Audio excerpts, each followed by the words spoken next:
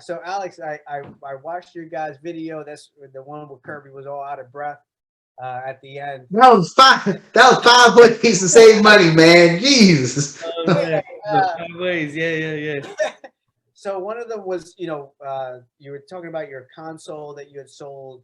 Instead of throwing things away, putting it on marketplace, selling it, and this and that. So a Right. lady put on Facebook today that she was giving away a smoker, right? So I went and I checked it out and I picked it up, brought it home, and so I went online at Ace Hardware. They're selling that brand new for $200, right? And this Yeah. thing had only been used a couple times, so I'm giving myself a month. If I don't use it in a month, I'm selling that thing for probably. I said 40. Kirby said 100. We'll probably meet around 60, $80. No, But yeah. I mean, and it's free for you. I mean, like our neighbors in front of right in front of our house. They sold their house, put like a couple things out on the street next to the road, and some of the things we grabbed were TV console and this white chair. The white chair looked like it could fit in the house. I grabbed it, put it against the wall, and I was like, "Oh, this is just taking space." So then I sold it $25. I mean, nothing much, but $25 that I wouldn't have had. yeah, So sold it for $25. The TV console, we just put that in the living room. I mean, different yeah. things that you can do. No, there's definitely ways to make do, and nothing has to go to waste. But you gotta be honest with yourself as far as like what you have in storage in your house, right? And if you're not using it, right, you can make money off of it. I mean, that's Right. just get some money back off of it, right? But Exactly. about this, I picked it. Somebody put it on for free. I picked it up. I'm either gonna use it or sell it. Either way, it becomes a profit for me. If I use it, then I profit that way, and if not, then I sell it and I make some money on the other end. I mean, there's different ways to Yeah. figure out how to get ahead, and there's a lot of different ways to do it. So, Yeah. but that There- was something I got from your guys' podcast. I was like, dang. I'm listening. Yeah. I mean, even you could go to Goodwill. Teamwork make the dream work. Yeah. At Goodwill, they'll sell stuff for next to nothing, and you can just buy it, resell it for. I mean, like Kirby knows I'm into antiques and stuff, and I was at Goodwill one day, and I was just looking at their like glassware and stuff like that, and they had this like beer stein, like a German beer mug thing. Yeah. And it was made of pewter metal, and I'm looking at the bottom and like turn it upside down. I already know, look for the the factory that made it, just Google it.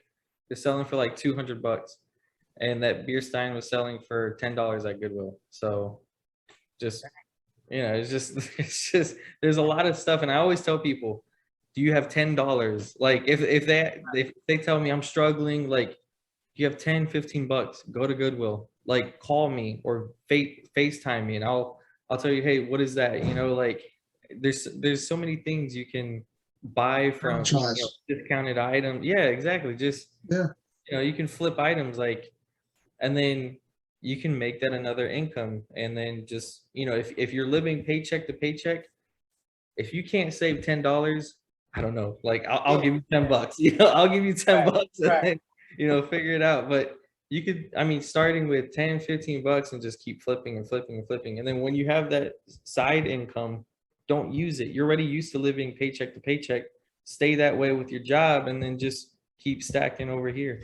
Yeah, and as you continue to grow and get promotions and things like that, if you're able to put that money aside and still live within the same track that you're on, you continue to get ahead. I mean, but that's a mentality that you have to almost force on yourself. Yeah. Right? I get, that's not something that people get more money, there's more money to spend.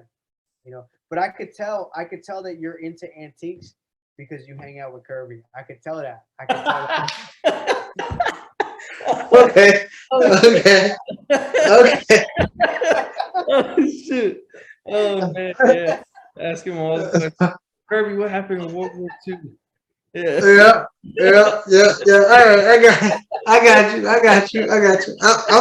We're gonna end this right there. We're gonna end this right there. I was waiting on that. So, what was your final thoughts on V and his, transition from early life to military life and things like that? I liked it because he explained in detail. I mean, he basically was just working in the military, to make ends meet. And so it wasn't until later on where I think what he said, he was 38, 39, Mhm. where now he's thinking of finance differently, and it's only been for 18 months. But it goes to show you, you could be in your 20s, 30s, almost 40, and just make a change and go all in to making that change, and you can set yourself up for your future. Like, I think a lot of people in today's society think they're running out of time, and you might be when you're 50, 60, 70 years old, but if you're still in your 30s, even in your 20s, you have time. But when you make that decision, you have to be dedicated and you have to be disciplined to go all in into it. And so I love his story on taking out the home equity line and investing it and turning debt into, an asset, and setting himself up for his future and just making that decision. And when you said 30, 40, 50, 60, you was going through the different increments of age. I think people that's 50, 60, and 70 can still do it. Because remember, he said from 18 months from he was living a certain way, paycheck to paycheck from paycheck. And then 18 months he flipped his whole life. Now he's living way better than he was ever before. Right. So it Yeah. only took 18 months. It only took 18 months for the flip. And I mean, like you've heard me talk about being in debt and things like that. 18 months was really that was the flip. I mean, I volunteered to go to Iraq for a year. I used all that money to pay off all my consumer debt. And then it was just selling the house. And then it went from there to being in debt, living paycheck to paycheck to flipping over. Right. So at 18 months, that's all it takes. So people in their 50s, 60s can still do it, but they're so programmed into, oh, they don't want to change what they're doing because they say, well, at least I know I'm surviving like this.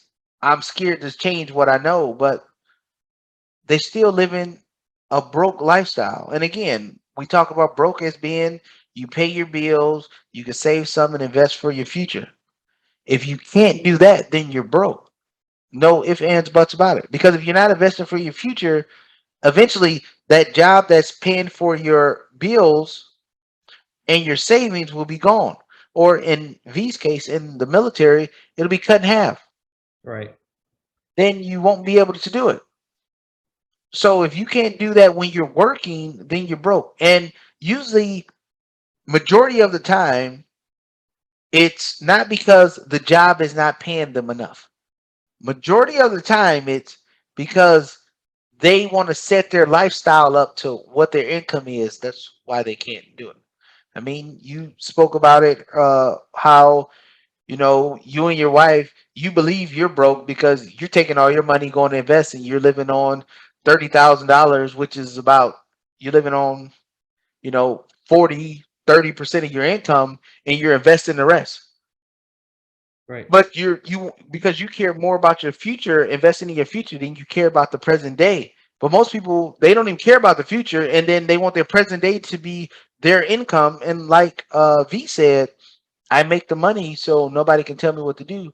But 9 chances out of 10, all those people that have that mindset, and they're not a minority, they're a majority that have that mindset. When one thing goes wrong, it don't even have to be catastrophic, but if one thing goes wrong, then they're reaching out to people, hey, can you bail me out? And I'm not saying it's not okay to ask people for help, but if you're asking people for help for stuff that costs less than $1,000, then it's something you're doing wrong in your household fundamentally. But go ahead, what you have?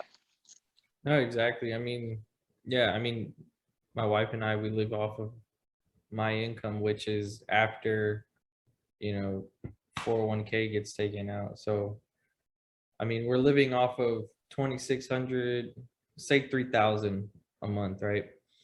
It's probably upper scale, but 3,000 a month. But that's, that's after investing everything else first, and then just living off of that. And like V said, you gotta, if you set yourself up to live off of a certain amount, it'll stay that way. And then anything else extra, just keep investing it, keep putting it to the side, and you'll just be accustomed to that. But people that want to live up to, a certain lifestyle, it's catastrophic if they take a pay deduction or pay cut or anything of that matter. Yeah, I agree 100%. So with all that being said, thank everybody for watching. You know what to do. Hit the subscribe button, hit the like button, comment in the comment section below if you agree with V did or disagree, or you want to share your own stories about what you had in the military or what was going on in the military, your mindset, or what you're doing in your everyday lifestyle, the things that you might need to change, or if it's something in this podcast totally that you disagree with or agree with. Please comment in the comment section below and give us your insight on it. We welcome to hear it. We want to learn from y'all, just like y'all learn from us.